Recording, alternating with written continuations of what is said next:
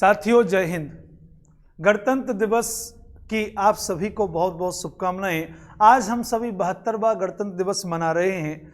थोड़ा सा जानना चाहते हैं कि गणतंत्र का अर्थ क्या है। तो गणतंत्र उसको कहा जाता है जिस देश का सर्वोच्च शासक जनता द्वारा चुनकर के आता है, चाहे फिर वो प्रत्यक्ष रूप से चुनकर आए या अप्रत्यक्ष रूप से, उसका चुनाव होना चाहिए। भारत में भी सर्वोच्च शासक राष्ट्रपति महोदय हैं। राष्ट्रपति महोदय जनता द्वारा प्रत्यक्ष तो नहीं चुने जाते हैं इंडिया में, लेकिन इन्हें अप्रत्यक्ष रूप से चुना जाता है जनता के प्रतिनिधियों के द्वारा। आइए, भारत 72वां गणतंत्र दिवस मना रहा है। ये 26 जनवरी को प्रत्येक वर्ष मनाया जाता है। 1950 से इसको मनाया जा रहा है। आज 72वां गणतंत्र दिवस है और हम आज थोड़ा सा इसके बैकग्राउंड में जानना चाहेंगे कि 26 जनवरी ही क्यों। आइए देखते हैं। बात है 1929 की। 1929 में लाहौर में एक अधिवेशन हुआ कांग्रेस पार्टी का। इस कांग्रेस पार्टी के अधिवेशन की अध्यक्षता कर रहे थे पंडित जवाहरलाल नेहरू। पंडित जवाहरलाल नेहरू की अध्यक्षता में यह अधिवेशन चल रहा था, जहां पंडित नेहरू ने तत्कालीन घोषणा कर दी कि भारत को हम स्वाधीन घोषित करना चाहते हैं। तब इन्हें वहां पर उपस्थित महात्मा गांधी के द्वारा समझाया गया। महात्मा गांधी समझाते हैं कि आप अभी तत्काल समय में भारत को स्वाधीन घोषित मत कीजिए, 1 वर्ष तक स्वाधीनता की मांग रखिए। सबसे पहले कहिए कि हम स्वाधीनता की मांग रखते हैं। तो पंडित जवाहरलाल नेहरू जी के द्वारा यहाँ पर मांग रखी गई कि हम स्वाधीनता की मांग रखते हैं। गांधी जी ने समझाया कि स्वाधीनता की मांग रखने के बहुत फायदे हैं। मांग रखेंगे आप और ये अंग्रेजों को चुनौती देंगे कि यदि 1 वर्ष में हमारी मांगें पूरी नहीं हुई तो हम आपके खिलाफ आंदोलन करेंगे और स्वाधीनता अपनी लेकर के रखेंगे।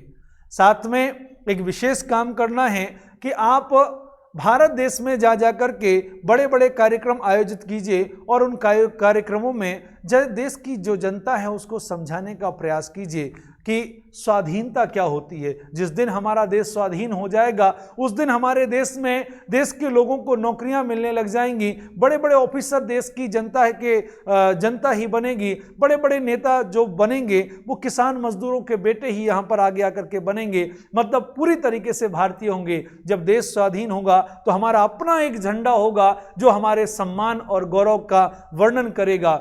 इस बात को समझ करके पंडित जवाहरलाल नेहरू जी के द्वारा महात्मा गांधी जी की ये बात समझ में आ गई और उन्होंने तत्काल में स्वाधीन घोषित करने के स्थान पर स्वाधीनता की मांग रख दी।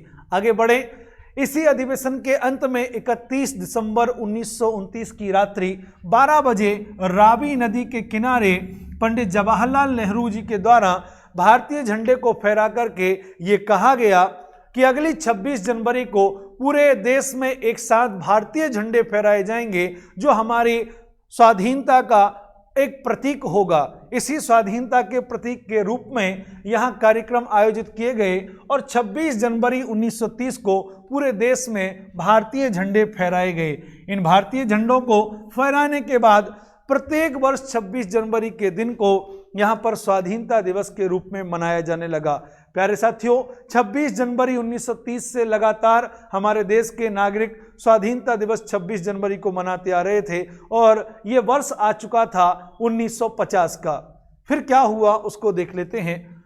26 जनवरी 1950 का वर्ष आने वाला था और यहाँ पर ये तिथि जैसे ही आने वाली थी, इसके पूर्व 26 नवंबर 1949 को हमारे देश के जो संविधान निर्माता थे उन संविधान निर्माताओं ने संविधान को बना करके तैयार कर लिया।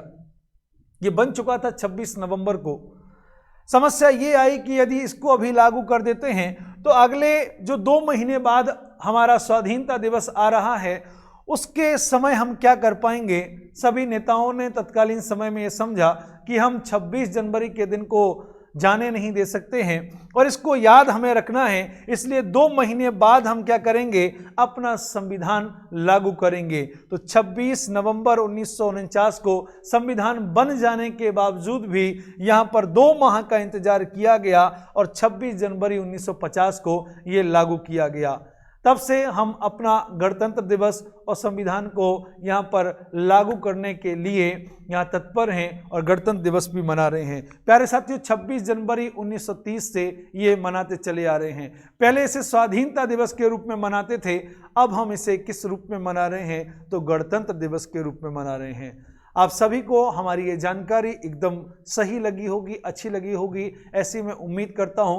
इसी प्रकार की और भी जानकारी यदि आप लेना चाहते हैं तो जुड़िए हमारे इस चैनल से। CL कैरियर एकेडमी के YouTube चैनल पर आप आएँ, सब्सक्राइब कीजिएगा, पास में लगे हुए बेल आइकन को जरूर प्रेस करें ताकि आपको हमारी नई नई जानकारी मिलती रहे।